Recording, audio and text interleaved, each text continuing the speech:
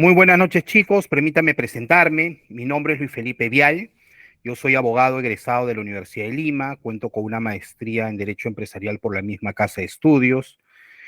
Durante mis pininos estuve trabajando en la administración tributaria en SUNAT, pero los últimos 15 años me he dedicado a la gerencia legal de empresas multinacionales y en los últimos años, a partir de la pandemia, soy un abogado independiente. Soy socio del estudio Vial, Carguas y Castillo y me dedico a lo que es el derecho empresarial. Sin embargo, nunca he dejado de lado el derecho penal empresarial ni el análisis económico del derecho. Y hay que hablar de una realidad, ¿no? El Perú es un país peligroso. Lima es una ciudad sumamente peligrosa y las provincias no están exentas de catalogarse como peligrosas, por cierto. Porque ¿cuáles son los delitos más recurrentes en el Perú? Hurto agravado, robo agravado. Ojo, la diferencia entre hurto y robo es la violencia, pero existe el hurto agravado. Hurto agravado, por ejemplo, se puede dar en complicidad de dos personas, en la noche. El robo agravado ya implica violencia. Es decir, tenemos el hurto agravado, el robo agravado, la extorsión, muy usual en estos tiempos, el secuestro y la ciberdelincuencia. Son los delitos más recurrentes en el Perú y que atacan bienes jurídicos sumamente fundamentales, como cuáles: la vida, la integridad, ¿no? Y la propiedad privada. Tenemos otros delitos, sí, como la corrupción, que tanto nos acarrea, ¿no? Ya sea el cohecho activo, pasivo, el peculado, etcétera, la negociación incompatible. Pero como liberales no debemos dejar de lado el análisis económico del derecho, sin entrar mucho en teorización. Pero ¿qué es lo que sucede? Algunos piensan que el derecho y la economía son como el agua y el aceite. Que son dos ramas o dos disciplinas disímiles, como el agua y el aceite. Sin embargo, la economía, desde un punto de vista muy simple, igual que el derecho, también voy a tratar de simplificar ambas, la economía es una ciencia que predice conductas y el derecho las regula. El análisis económico del derecho que implica no es una rama del derecho, son herramientas económicas para la interpretación jurídica. Y el análisis económico del derecho en el Perú sí ha sido una realidad, sin embargo, al 100% no lo es. Por ejemplo, para analizar, para analizar el capítulo económico de la Constitución, aplicamos el análisis económico del derecho. Pero lo vamos a poner en un modo más sencillo. Un ejemplo, la ley marco de crecimiento de la inversión privada del año 91. En esa norma se aplicó el análisis económico del derecho, donde se señaló que los precios no se daban por decreto, sino por oferta y demanda. Ahí donde puede haber competencia, no es necesario regular o controlar precios, a diferencia de las tarifas de los servicios públicos, y es por eso que se crean los organismos reguladores, que son simuladores de competencia en los servicios públicos como suministro de energía eléctrica, agua potable, etcétera. Es más, a nivel congresal, y esto es muy importante, toda norma debe tener un análisis costo-beneficio. Esta fue una modificación que se hizo al reglamento del Congreso y fue una modificación insertada por Salazar Larraín, el papá de Federico Salazar. ¿Y qué implicaría eso de ahí en adelante? Que toda norma debe tener un análisis económico del derecho, es decir, un análisis costo-beneficio. Sin embargo, imagínense que hace una Sigrid Bazán y muchos otros congresistas, la mayoría, porque ojo, ningún congreso ha sido bueno, ¿no? Ha habido algunos que han tenido una excelente retórica, pero no ha habido un congreso realmente bueno en nuestra historia republicana. No aplican el análisis costo-beneficio, muy pocos son los que lo aplican. Por ejemplo, una Sigrid Bazán yo veo que en sus proyectos de ley coloca, la siguiente norma no irrogará gastos al Estado, punto. Por ejemplo, vi uno amigo mío, Miguel Ángel Torres Morales, del Congreso disuelto, que señaló por ejemplo, hizo una modificación tributaria y ahí sí realizaba un análisis presupuestario, costo-beneficio, cuál era el impacto de esa norma en la economía. El análisis económico del derecho no solo se debe ver desde el punto de vista patrimonial, es decir, lo que es susceptible de valorizarse económicamente, sino también extrapatrimonialmente. Por ejemplo, había un Gary Becker que hacía un análisis económico del derecho de la familia, ¿no? Decía que la familia era un centro de producción y de consumo. Antes, pues, la abuelita hacía su propia mermelada, también la vendía y la encarviaba, e incluso utilizaba la teoría económica de la elección de pareja. Debemos escoger la pareja que consuma, ¿no?, lo mismo que nosotros, es decir, los mismos gustos, pero que produzca diferente a nosotros para no incurrir en la monotonía. Pero la delincuencia, para Gary Becker, también era susceptible de ejecutarse en función al análisis económico del derecho. Hagámonos una pregunta: ¿por qué nos detenemos frente a la luz roja? Obviamente, todo infractor realiza un análisis costo-beneficio. Obviamente, no vamos a hacer un análisis económico desde el punto de vista matemático. Nos detenemos frente a la luz roja porque medimos en base a cálculos intuitivos. Ojo, en base a cálculos intuitivos. Porque aquí nos vamos a hacer otra subpregunta.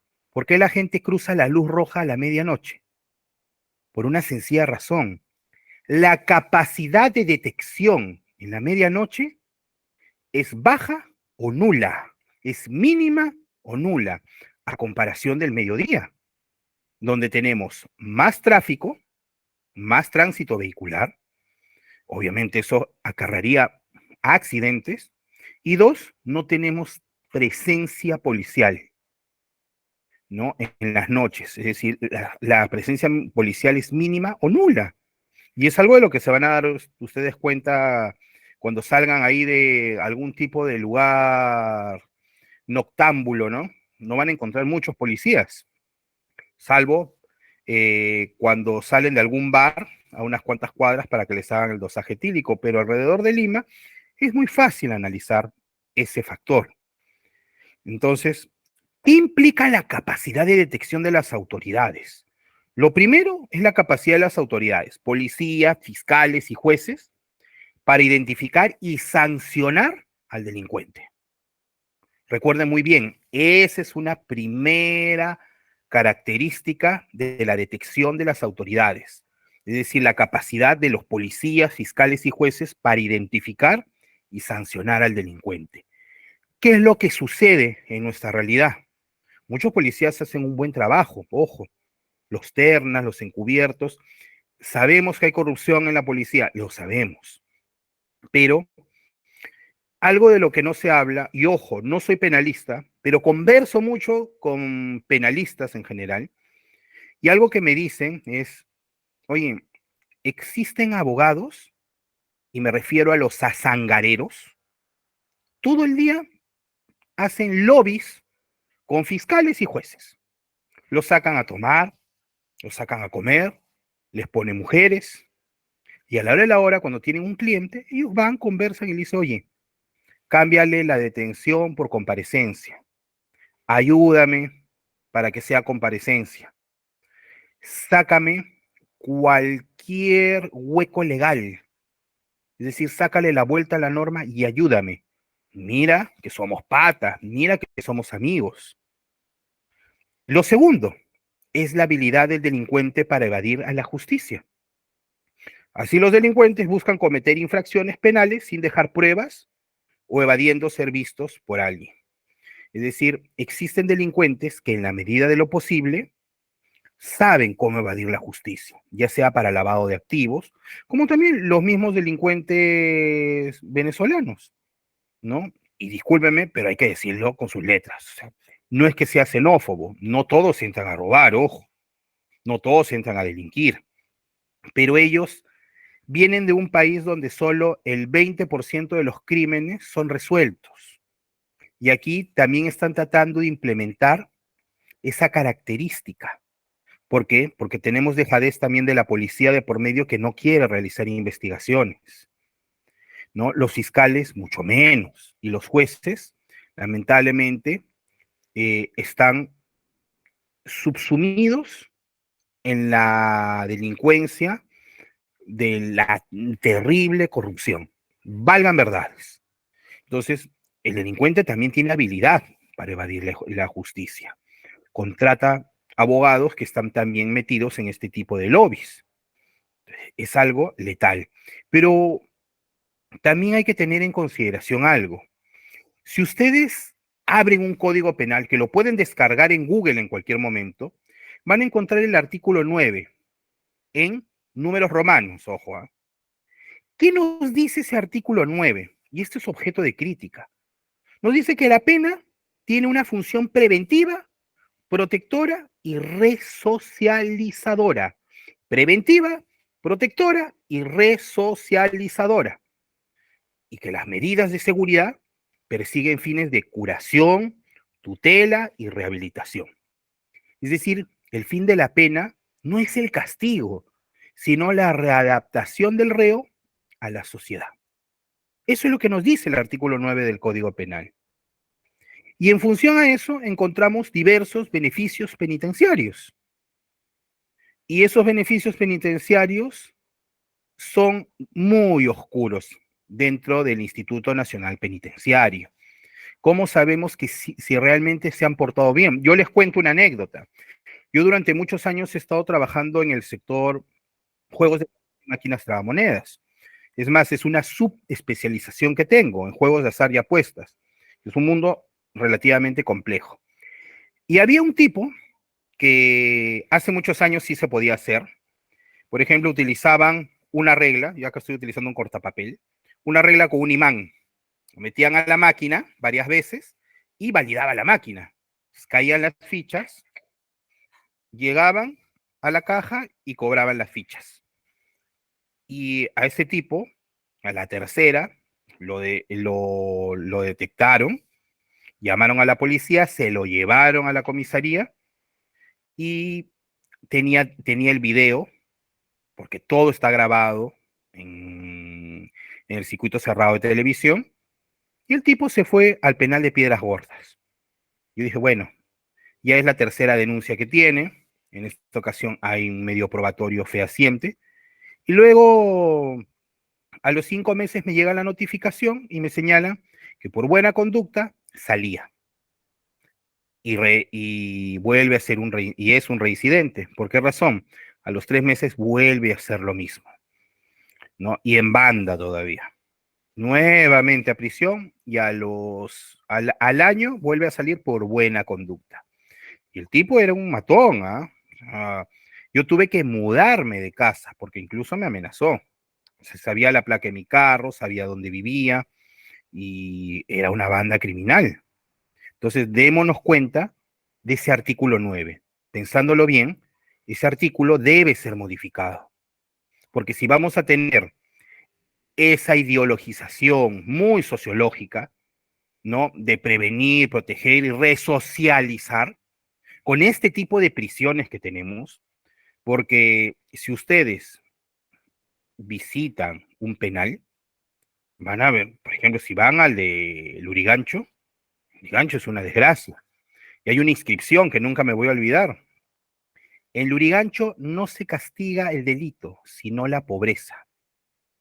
Entonces ya tenemos algo que analizar ahí para modificar. Ahora, hay una pregunta que les voy a hacer, ¿no? ¿Es buena idea que el violador mate a su víctima? Y ustedes dirán, uy, ¿qué se ha fumado este para hacer esa pregunta? Si es buena idea que el violador mate a su víctima. Vamos a imaginarnos algo, que el delito de asesinato se castigue con 25 de años de cárcel, ¿no? Porque se trata de un homicidio doloso, ¿no? ¿No? Para ocultar un delito que se realizó con anterioridad. Alguien se mete a una casa y mata a la persona. Tengamos en cuenta algo. Se metió a una casa, ya hay violación de domicilio y hubo un asesinato. Estos dos hechos son independientes. Cada uno constituye un delito, violación de domicilio y homicidio. pero solo se va a aplicar la pena que corresponde al delito más grave, homicidio. La pena mayor, homicidio, absorbe a la pena menor. Ese es el concurso de delitos. Las penas en nuestra legislación no se suman ni acumulan. Cuando ustedes escuchan algún documental o serie americana, van a escuchar que hay sumatoria. 8 cadenas perpetuas, 20 cadenas perpetuas. En cambio, en nuestro país no. La pena mayor subsume a la pena menor. Entonces, ¿qué sucedería si hay un proyecto de ley o hay una ley que señala que el delito de homicidio es de 25 años y el de violación de pena de muerte? Ojo, no niego que el delito de violación es recontra reprochable, pero analicemos esto. Que el delito de homicidio sea de 25 años y el de violación constituya pena de muerte. Todo delincuente hace un análisis costo-beneficio. Va a analizar el costo-beneficio de sus actos. Entonces, porque es el análisis económico de los delitos. El delincuente va a decir, ah, mmm, ya violé a esta chica, pero si la dejo violada, la ley dice que me van a mandar a pena de muerte. Entonces mejor le meto un balazo, la mato, porque al final no voy a dejar rastros de la violación. Prefiero incinerarla, quemarla, sea lo más dark posible. Ya pues la maté, no voy a dejar rastros, así que al final me van a condenar solo por los 25 años. La violación la dejo de lado. Entonces, ¿realmente un delincuente se va a ver desincentivado de cometer violaciones? Porque la pena puede haber aumentado, pero ¿qué es lo más caro? Ha subido el precio de violar, ¿no? El precio de violar es la muerte. Entonces, la mentalidad del delincuente, estudiada en criminología, también se basa en este estudio costo-beneficio. Pero si vamos a tener normas como la de la resocialización, ya sabemos a qué vamos realmente, ¿no? A que prefieran 1000 veces la readaptación del reo a la sociedad. Y él mismo va a decir, bueno, si ingreso a prisión, voy a tener beneficios y voy a salir en poco tiempo. Claro, no todos los delitos tienen beneficios penitenciarios, hay que tener en consideración eso. Y hay que tener en cuenta otro factor elemental, la cadena perpetua, de acuerdo a nuestro Tribunal Constitucional. Es decir, la cadena perpetua, ¿qué nos señala el Tribunal Constitucional? Que la cadena perpetua solo es inconstitucional si no se prevén mecanismos temporales de excarcelación vía los beneficios penitenciarios u otros que tengan por objeto evitar de que se trate de una pena intemporal. Es decir, ¿a qué se refiere?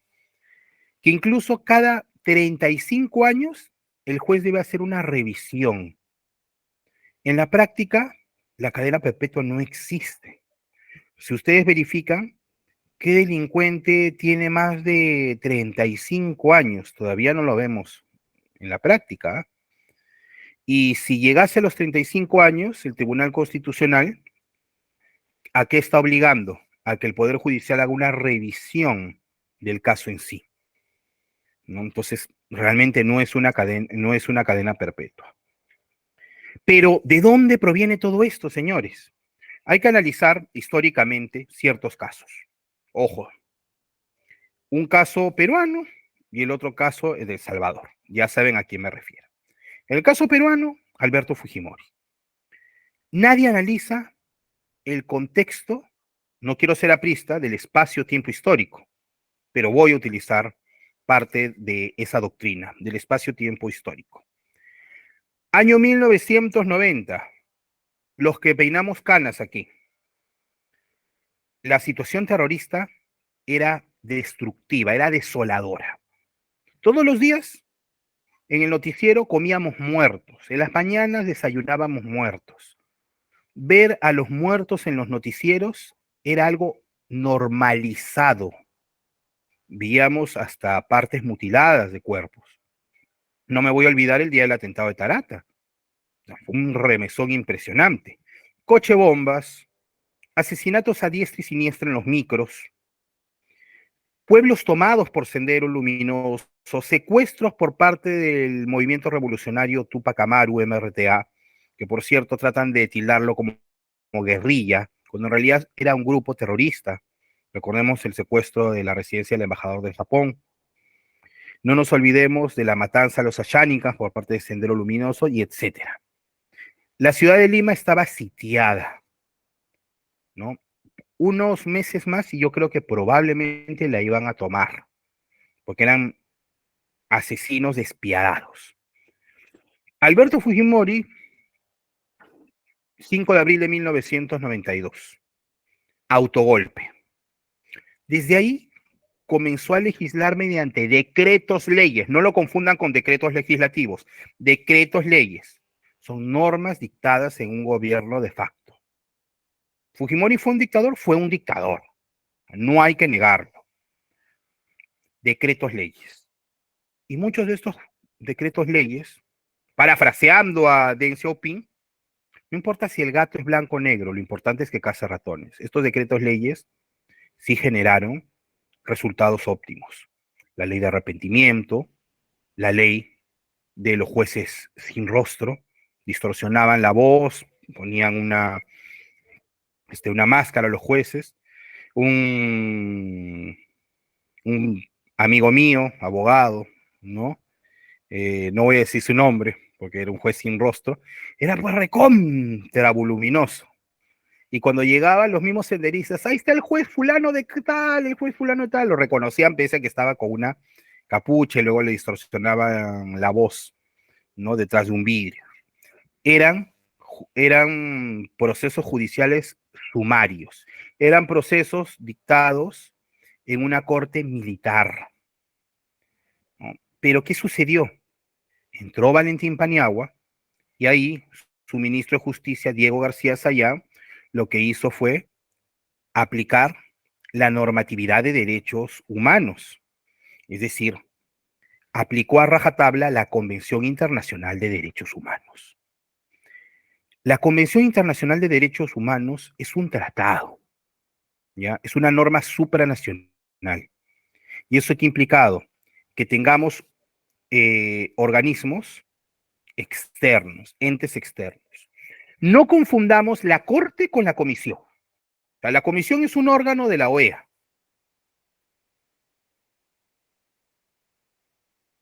¿no? Que promueve la observancia de los derechos humanos, cultiva en materia compuesta por 6 miembros de solvencia moral, ¿no? Especializados en derechos humanos, ¿no? En cambio, la Corte Interamericana, ¿no? Es la génesis, ¿no? La génesis de la Corte Interamericana la da la Convención Americana. Entonces, ahí estamos hablando de una interpretación de la convención de este tratado y está compuesta por 7 magistrados de diversos países, ¿no? Y son elegidos cada 6 años con la posibilidad de ser reelegidos. Ahora, toda resolución de la Corte es motivada, es definitiva y es inapelable. Ya no podemos hacer nada. Y si se ordena una indemnización, se puede ejecutar en el respectivo país de acuerdo a las normas procesales de la normativa interna vigente. Entonces, ¿qué es lo que ha sucedido a partir del 2001? La Corte Interamericana de Derechos Humanos ha estado compuesta por magistrados ideologizados, motivados por una ideologización. Y hemos visto también ONGs pro derechos humanos, como APRODE, por ponerles un ejemplo, que han visto un rico negocio ahí.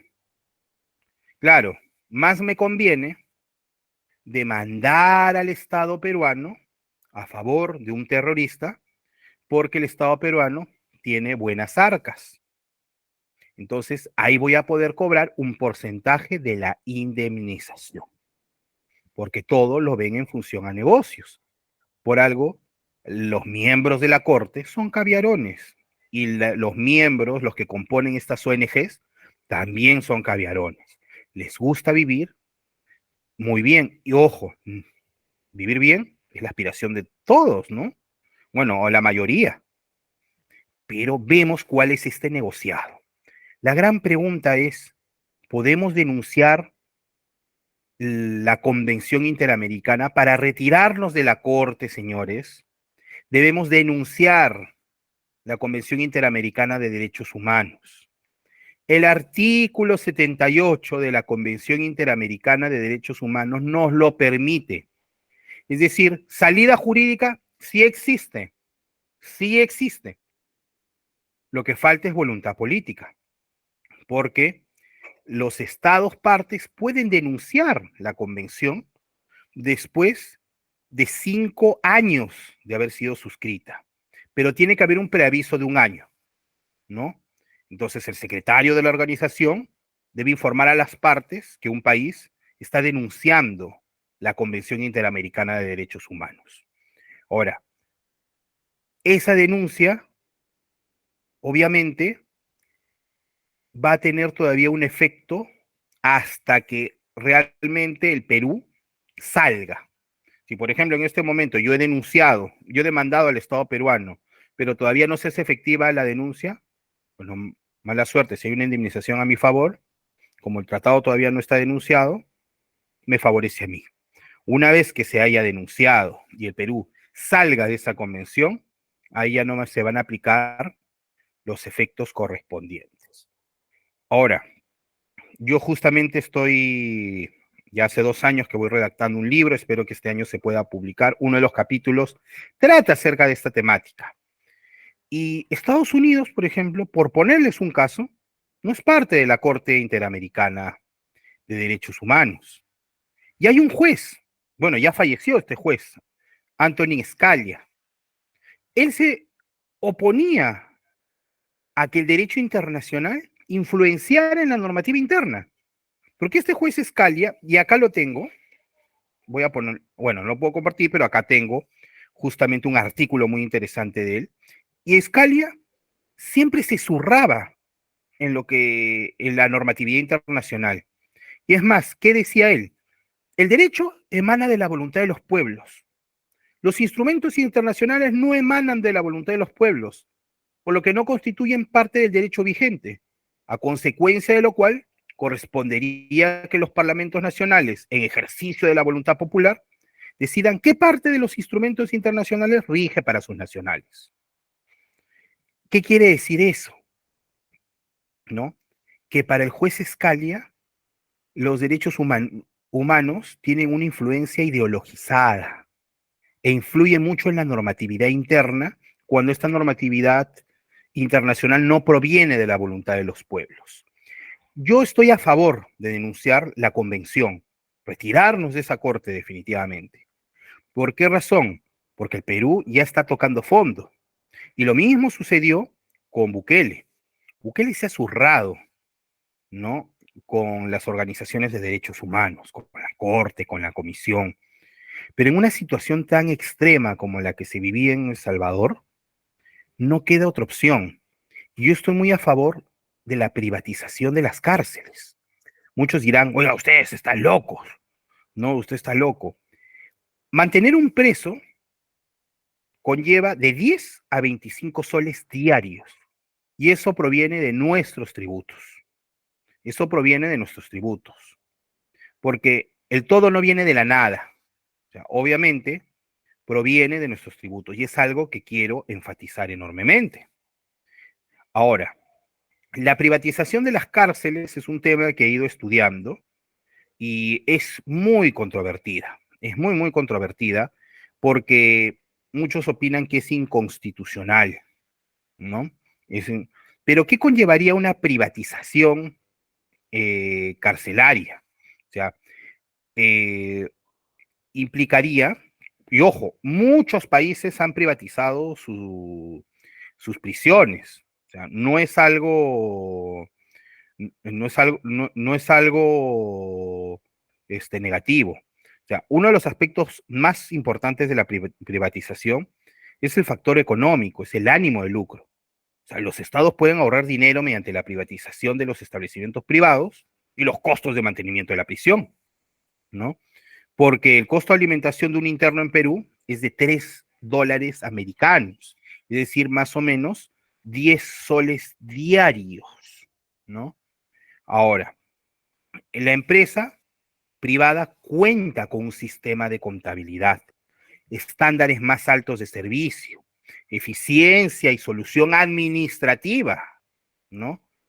O porque obviamente un privado entra al mercado en función a la competitividad, ¿no? Y la empresa privada ingresa al sistema carcelario con un lema de no corrupción. La rehabilitación de los internos se da mediante los trabajos para su posterior reincorporación a la sociedad. Oye, tú preso, ¿quieres salir?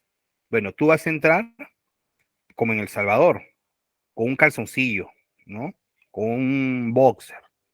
¿Quieres para tu ropa? Trabaja. ¿Quieres para tu comida? Trabaja. ¿Quieres, tú tienes que pagar tu reparación civil? Robaste un celular, mataste a una persona. Esa reparación civil es de 20,000 soles. Debes trabajar para pagarte esa reparación civil, ¿no? Ahora, las empresas privadas podrían construir y gestionar establecimientos penitenciarios a más bajo costo que el gobierno, porque ya no se concurre con la burocracia. Y obviamente la empresa privada tiene la capacidad para reducir el hacinamiento, ahorrar costos en construcción, mantenimiento, administración. Ahora, y obviamente hay una responsabilidad también de quienes operan la empresa, porque no va a ser pues una ola de grillos, es decir, una universidad del crimen. Ahí el sector privado va a encargarse definitivamente de mejorar la seguridad pública, ¿no? Y la de los reclusos a través del incremento en la capacitación del personal y la profesionalización. Entonces, tengamos en consideración que el esquema para una protección al orden interno está en las manos de los legisladores. Salidas políticas sí las hay, ¿no? Pero eso depende de la voluntad política, porque las jurídicas ya existen. Lo que sucede es que no tenemos voluntad política. Con esto he concluido esta breve inducción, señores. Muchas gracias. Muchas gracias a ti, Luis Felipe Vial. Estuvimos escuchando al abogado Luis Felipe Vial, quien nos dio algunas recomendaciones de lo que deberíamos hacer los liberales estando en el poder o llegando al poder para dar solución a estas problemáticas. Recuerden que estas clases de inducción no van por el lado de teorizar más del liberalismo. Los liberales hemos estado teorizando mucho tiempo. Ya ha llegado el momento de tocar madera, como se dice, de pisar tierra y de empezar a encaminarnos a llegar al poder, a ganar elecciones, a meter congresistas liberales al Congreso, de llegar a ganar elecciones, alcaldías distritales, alcaldías provinciales, gobiernos regionales y muchas otras, y ocupar el aparato público para desde ahí, como dice Javier Milei, enfrentarnos al sistema. Entonces, estas clases de inducción buscan eso, ya no tanto teorizar, sino aterrizar las ideas a la realidad, según nuestra realidad, según el marco jurídico. Excelente ponencia, estimado Luis Felipe Vial, ya está recibiendo felicitaciones en los comentarios, lo puedes leer. Bien, como siempre, vamos a pasar a una ronda de preguntas. Por favor, amigos, Demetrio Mávila es el primero. Un momentito todavía, Demetrio. Amigos, son preguntas que se hacen al ponente, preguntas puntuales. Por favor, nada de comentarios, nada de explayarse. Preguntas sobre el tema puntuales al ponente, por favor. Empezamos con Demetrio Mávila Méndez. Demetrio, tu micrófono, por favor. Ya, buenas noches a todos. La pregunta es lo siguiente, para aclarar las cosas, ¿no? Primero, cuando los sistemas carcelarios fueran tomados por privado, inicialmente, ¿quién asume ese costo? Porque un empresario necesariamente tiene un capital, pero ¿cómo ese empresario va a tener, digamos, porque tiene que ganar dinero, porque todo aquel que invierte tiene que tener retorno? Entonces, ¿cómo se piensa eso? Y segundo, respecto al liberalismo o este encuentro del sistema liberal, estamos viendo, a ver, ¿contempla, ¿no es cierto?, el respeto a la vida y la familia o tiene otro concepto más progresista? Eso. Tú contesta, por favor, Luis. A ver, hay que tener en consideración algo. Cuando se privatizan las cárceles, y basta ver el sistema americano, se ofrecen productos al exterior, ¿no? Y es más, también realizan trabajos forzados, ¿no? ¿Y eso qué implica? Que existe un lucro para la prisión. Por ejemplo, existen trabajos de carpintería, orfebrería, y se van vendiendo con una gestión de calidad de por medio. Hasta hay presos o reclusos que son supervisores, ¿no? Y supervisores de calidad. Y existen por encima los privados que van a analizar qué es lo que se está produciendo para lucrar ante terceros. Y obviamente también es la concesión de una buena pro, ¿no? A veces también el Estado otorga una cantidad mínima, ¿no? Como cuando uno tiene una licitación. Pero el mejor esquema es que la empresa privada, que es el establecimiento, ofrezca productos externos para que pueda subsistir. Entonces, con esto de la privatización carcelaria. Y obviamente, cuando hablamos de liberalismo, no hablamos de una ideología, hablamos de una actitud hacia la libertad. Y nosotros tenemos como liberales principios básicos.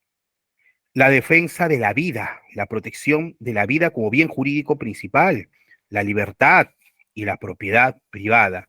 Excepciones a la regla van a haber a la vida, como la legítima defensa, por ejemplo. Pero los tres pilares fundamentales son la vida, que incluye la integridad, la libertad personal y la defensa y la protección de la propiedad privada. ¿Alguna otra pregunta más, señores? Sí, Excelente. pasamos con Muchas gracias. Miguel Borda. Muchas gracias, Demetrio, disculpa. Pasamos con Miguel Borda, por favor, tu pregunta, por favor, Miguel. Buenas noches a todos. ¿Se escucha? Sí, te escuchamos, Miguel, fuerte y claro. Ok, primero agradecer a Luis por la ponencia, muy buena. Mi pregunta es, ¿en el Perú existe alguna empresa para que pueda manejar el sistema penitenciario como privado o tendría que ser una empresa del extranjero? Ha habido una empresa, cuando se estaba queriendo establecer la privatización, había un encargo de la gestión del establecimiento de la penitenciaría del Callao, ¿no? Pero no llegó a buen puerto. Puede ser una empresa privada como una empresa extranjera. Es muy indistinto, ¿no? Realmente. El gran problema es que se necesitan construir más prisiones. Porque imagínate, en el Callao, la infraestructura es para 567 internos y tiene más de 2.000 internos recluidos. Entonces se requiere más inversión ahí por parte del privado. Puede ser en el ámbito nacional o extranjero. Te pongo un claro ejemplo. No voy a decir, no, es una cliente a la cual yo le veo los temas tributarios, bueno, los temas tributarios, mercantiles en general. No le veo el tema de contratación pública porque no soy un experto en contratación pública, pero para ella es una mujer que tiene bastante dinero, ¿no? Uno de sus negocios, ¿cuál es? Ella tiene la concesión de proveer alimentos a las prisiones y gana muy bien, ¿no? Entonces, pero ella siempre me dice, ¿cómo me gustaría que se dé lo de la privatización de las cárceles? Porque ahí sí yo tengo crédito para apalancarme con 50 millones, con un fideicomiso, 50 millones de soles y podría construir una penitenciaría de 500 personas. Wow. Y con eso yo tendría un buen negocio. Yo digo, caray, ¿no? Si así me pagaras también por ahí, ¿no? Un porcentaje, pero bueno, un poquito roña, ¿no? Pero por algo ha hecho plata. Pero sí pueden, hay empresas peruanas que sí pueden dar suficiente manejo en la gestión, ¿no? Privada. Muchas gracias. ¿Alguna pregunta más? Pasamos con Capari. Capari, tu micrófono, Capari. por favor. Giancarlo, mucho gusto. ¿Se me escucha? Un Sí, sí, poquito más Capari, fuerte. se te escucha fuerte y claro. Sí, disculpen la tardanza, ¿no? Muy interesante. Quisiera saber si es que sí resultaría rentable realmente que se realicen las cárceles privadas y de ser ese el caso, si tendríamos que salir de los organismos de derechos humanos, ¿no? Sí, creo que sí, ¿no? Pero no sé, bueno, tú Sí, dime. sí, sí, tendríamos que denunciar la Convención Interamericana definitivamente, porque yo he estado leyendo las críticas de los progres, ¿no? O sea, y los progres, no, que eso va contra el derecho interno. Claro, ¿qué es lo que sucede? Que los tratados internacionales se incorporan al derecho interno y obviamente tendrían que haber modificaciones. Uno, denunciar el tratado. Dos, eh, modificar ciertas normas, pero sí, eso requiere, como les digo, voluntad política. Es decir, o el Poder Ejecutivo pide facultades legislativas al Congreso, o el Congreso es el que empieza a estructurar proyectos de ley con un análisis costo-beneficio muy adecuado. Ok, muchas gracias, Luis. Bien, amigos, no veo más manos levantadas. ¿Alguien quiere hacer una pregunta? ¿Aló? Yo sí, con respecto a Adelante. la seguridad nocturna, bueno, yo sé que hay 100.000 policías, pero hay solamente 1.000 cámaras, ¿no? Yo sé que el PIB en Lima, solo en Lima es el 25% de nacional, ¿no? O sea, si el nacional es 200.000 millones, Lima es bordea los 100.000 millones. Y no sé por qué no hay más cámaras, no hay dinero para seguridad, o sea, cámara de seguridad, eso de serenados, ¿no? Pero hay dinero para la caja municipal que se va 10.000, 20.000 o 50.000 millones de soles solamente en Lima. O sea, y cuando pide para seguridad, ¿no? O no solamente seguridad, ¿no? Maquinaria y eso, no hay dinero, no hay dinero, pero piden, por ejemplo, 1.000 o 2.000 cámaras, en este caso la municipal de Lima, ¿no? Solamente en Lima, y a nivel nacional, el PIB alrededor de 1.000 a 5.000 millones, ¿no? Mira, Sí, no hay, dice que no hay dinero para pregunte, por favor. las cosas municipales. Para seguridad, no hay poner serenado y eso, ¿no? Bueno, y lo otro, hace que muchos países no necesitan 100.000 policías. Tienen, a lo sumo, 50.000. Más tienen 100.000 o 50.000 cámaras de seguridad que policías. Sí, Eso Tommy, tu reduciría pregunta, por tanto favor. porque más en la videoconferencia, ¿no? Sí, tu Más en pregunta, los por favor. videos se ven, ¿no? Las preguntas, ¿no? No, eso por respeto quiero saber, ¿no? ¿Cómo es que no hay dinero? Dice, no hay dinero para poner cámaras, unas 10.000, 20.000 cámaras de frenado para vigilancia nocturna, y no son cámaras VGA, son HD, ¿no? O sea, vía juez, va, lo ponen HD, tal fecha, tal hora, quiero formato HD. No, no Bien, solamente no, o sea, HD todo el día, no solamente sí, Tommy. Muchas gracias. ven algo, no, irregular y lo ponen en formato, tienen doble formato. Las cámaras esas identifican si hay alguien ahí, ¿no? Ah, y con respecto Bien, al otro, no muchas sé por gracias. qué la denuncia de derechos humanos, porque yo sé que eso provoca, ahora no quieren la pena de muerte, pero quieren fusilar a todos los que no se purgan, o algunos se nos salen porque quieren. Yo sé que en esa época llevaban a los presos y los llevaban al sótano a incinerarlos. Muchas gracias, Tommy, muchas gracias. En todo caso, Luis Felipe, Tommy venía preguntando si hay el Perú tiene la capacidad de implementar cámaras de seguridad para solucionar el tema de la delincuencia. Bueno, las cámaras de seguridad es uno de los tantos pilares, o sea, porque la seguridad es algo más integral. Hablamos de un sistema de justicia, hablamos de una policía efectiva, y claro, una de las herramientas también son las cámaras de seguridad. Yo les pongo un caso, en mi distrito, ¿no? Yo vivo en La Molina. A comparación de otros distritos, la seguridad es buena. O sea, ustedes, al menos en mi sector, es buena. Tienes un buen sistema de cámaras y el serenazgo actúa con mucha velocidad y hay que tener en consideración algo, los gastos en los que incurre el Estado. Al final, la reducción del aparato estatal es sumamente importante.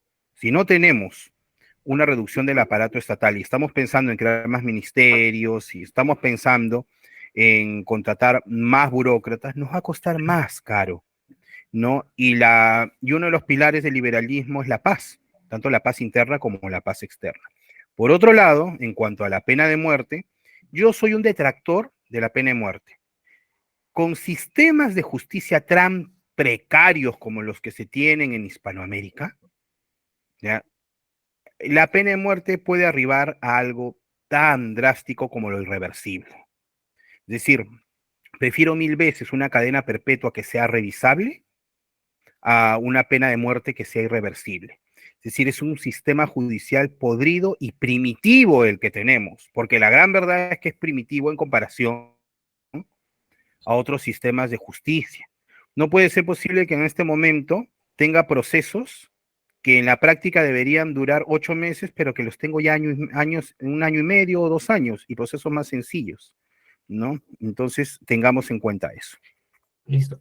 Pasamos con Geraldo Seferino de Huánuco, ¿no? Geraldo, tu pregunta, por favor. Amigos, Sí. hagamos preguntas puntuales al ponente, siempre, por favor. Ya, Geraldo, muy buenas noches. Agradecer por ¿no? por la charla. Y bueno, mi pregunta puntualmente, ¿no? De acuerdo al artículo 9 del Código Penal, ¿no? Que hizo mención, ¿se podría entender a la readaptación como justamente a la rehabilitación del individuo mediante, ¿no?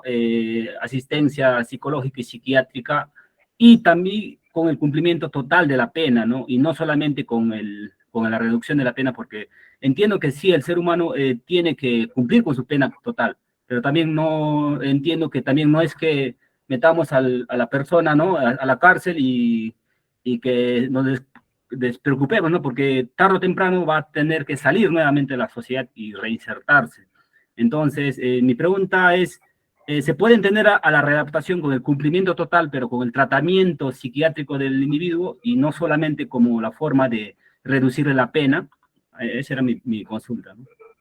adelante, Luis. En realidad, debería ser así. Debería ser así. Pero, valgan verdades, el sistema penitenciario peruano es una subcultura y contracultura a la vez. Porque en la práctica, ¿qué es lo que sucede? Es tierra de nadie. O sea, por ejemplo, tengo un amigo que está en Piedras Gordas. El tarado, porque es la gran verdad, o sea, ya me parecía raro. Empezó a tener signos de riqueza muy evidentes de un momento a otro y el chico no es ninguna luminaria. Ya, oye, de un momento a otro, este andaba en bicicleta y ahora tiene un Mercedes Compresor y ya terminó de construir su casa y todo con la venta de uniformes al extranjero y en una de estas camufladas, 50 kilos de cocaína para Portugal.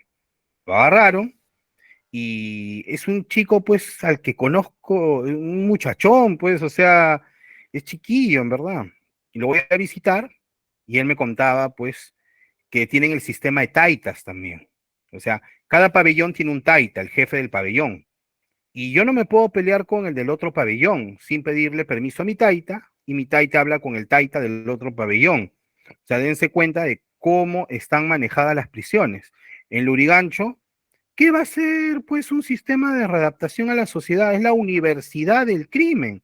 Es más, obtienes posgrados, maestrías y hasta PhD en criminalidad. Es la mera verdad. Y no, este pata al que les digo que está en Piedras Gordas, yo no sabía pues que estaba en Piedras Gordas y un día me escribe pues al Messenger del Facebook. Hola, ¿cómo estás, hermano? ¿Qué tal? ¿Qué es de tu vida? Mejor te llamo. No me llames. No, porque estamos con bloqueador de celular, pero sí tenemos para mandar WhatsApps y todo, ¿no? O sea, les habían bloqueado las llamadas telefónicas, pero no el internet. Entonces, dense cuenta de eso. La internet sí, pero no el bloqueo de llamadas. Entonces, hay corrupción. En alguna ocasión, no voy a decir, fue un caso muy emblemático histórico, ya un incendio que hubo muchos años, y el que estuvo en prisión pagaba un promedio de 1000 soles, derecho al colchón, esto era en el local, en el penal de San Jorge, derecho para ingresar un colchón, derecho para poder tener cable, derecho para poder comer Domino's Pizza, en ese entonces era de Carlos Boloña, que en paz descanse. Eran derechos o cupos que se le pagaba a la gente del INPE y a la policía. Si una pizza costaba 20 soles, se le terminaba costando 40 soles. ¿no? Y tenía que invitarle también al jefe de su pabellón, era parte de este derecho, y él debía comer primero. En realidad el mundo ideal debería ser con un psiquiatra, y que cumpla su pena a cabalidad con delitos que son severos. Pero lamentablemente tenemos un hacinamiento y un sistema judicial extremadamente lento y deficiente. Muchas gracias, Luis. Vamos a pasar con la última pregunta de Armando. Ya llegamos a la hora. Armando, tu micrófono, por favor. Muy buenas noches. Bueno, iba a plantear esta hipótesis, ¿no? Aterrizando un poco las ideas. Entonces, ¿qué conviene más? ¿Copar el Congreso o ganar las presidenciales, ¿no? Porque obviamente, como todos sabemos, las leyes se modifican en el Congreso, ¿no? Entonces, preguntándome yo mismo, ¿cuál sería lo ideal? O la vía más rápida para modificar. De mi parte creo que es cooptar el Congreso, ¿no? Ser mayoría en el Congreso y modificar desde ahí las leyes. No sé qué opina Luis al respecto. Yo digo que cualquiera de los dos puede ser efectivo siempre y cuando haya destreza política. ¿Qué quiere decir eso? Puede darse el caso de que exista mayoría congresal, pero como lo que sucedió en el gobierno, en el Congreso que fue disuelto. Pero si no encontramos una sinergia con el Ejecutivo, una alianza estratégica, una gran capacidad de negociación, poco nada se puede hacer. Pero miren lo que hizo Alan García en su segundo gobierno. No tenía mayoría, pero supo generar alianzas parlamentarias a su favor para no tener una oposición recalcitrante. Y es muy importante tener ese tipo de liderazgo. Es más, a veces la política no tiene nada, tiene una cierta tiene relación con lo jurídico, pero también con un arte para poder investigar a los principales opositores o potenciales opositores. O sea, discúlpeme que sea tan drástico, pero en la época de Fujimori, ¿por qué no se levantaban en peso al país organizaciones como Construcción Civil? Ya casi al final de su mandato, casi se meten a Palacio, y me parece que fue un tema de finta, de amague, ¿no? Pero ¿por qué no lo hacían? O sea, de una buena fuente que tengo, ¿no? Porque el señor trabajó en una compañía conmigo después de haber trabajado con Montesinos. Él me dijo, el doctor era muy práctico. Los opositores principales tenían su videíto, ¿no? Sabían en qué estaban metidos, ¿no? A veces hay que ser drásticos y duros, hay que aplicar a veces esa drasticidad al estilo El Príncipe, pero también la capacidad de negociar y ser político es buena, porque obviamente, como tú dijiste, Armando, tener una mayoría congresal es genial, pero si no se tiene, también hay que generar alianzas parlamentarias en bloques. Y el Poder Ejecutivo también enviar buenos paquetes normativos al Congreso. Y eso siempre hacerlo en los 3 primeros meses, cuando hay una luna de miel, porque si se hace a estas alturas, ya el tema se ha enfriado y poca capacidad de negociación se puede tener con... Ahora, Dina Boluarte, por cierto, no ha sido tan tonta. En ese discurso presidencial que para mí fue soporífero, nombró un montón de veces la libertad, la libertad, la libertad, y sabemos quién está en la libertad, que es César Acuña. Entonces, y sabemos quiénes están en esa mesa directiva. Entonces, esta tipa de una manera habilidosa está tratando de generar esa sinergia con César Acuña, pero es importante tener esa luna de miel con el Congreso, no ser tan arrebatados como Vizcarra. Miren cómo le salió el tiro por la culata, disuelve un Congreso de una forma inconstitucional, porque ya lo sabemos, pero luego el siguiente Congreso lo vota, lo vaca. Entonces, ¿por qué? Por falta de destreza política. Acuña tiene el poder del dinero. Sí, dicen que por ahí he leído, efectivamente el dinero blanquea a las personas, dicen, ¿no? Porque en una ocasión me dijeron, ¿hay racismo en el Perú? Y yo le dije, no, no hay racismo, hay clasicismo. Porque porque Acuña sin el dinero sería un X más. Porque a mí me sorprende que haya llegado donde está, porque no tiene una capacidad intelectual elevada. Yo mismo he conversado alguna vez con él para obtener una licencia de funcionamiento en Trujillo. Él me dijo, no entiendo esas cositas jurídicas, pero ándate a con mis asesores porque ellos entienden más. Yo dije, este señor, ¿cómo no maneja estos temas como una licencia municipal en su propio distrito? O sea, en la municipalidad provincial de Trujillo. O sea, me sorprendió enormemente. Pero encontramos personas que no sé, por ser provincianas, que tienen una gran destreza teórica, y ojo, a mí me cae bomba Aníbal Torres Vázquez, me cae bomba, no lo soporto al tipo, pero es un jurista bueno, es un jurista muy hábil, pero es, como político me parece desastroso. Como hay personas que son políticamente hábiles y que no tienen un gran profesionalismo. O sea, la política es un arte, siempre lo he dicho.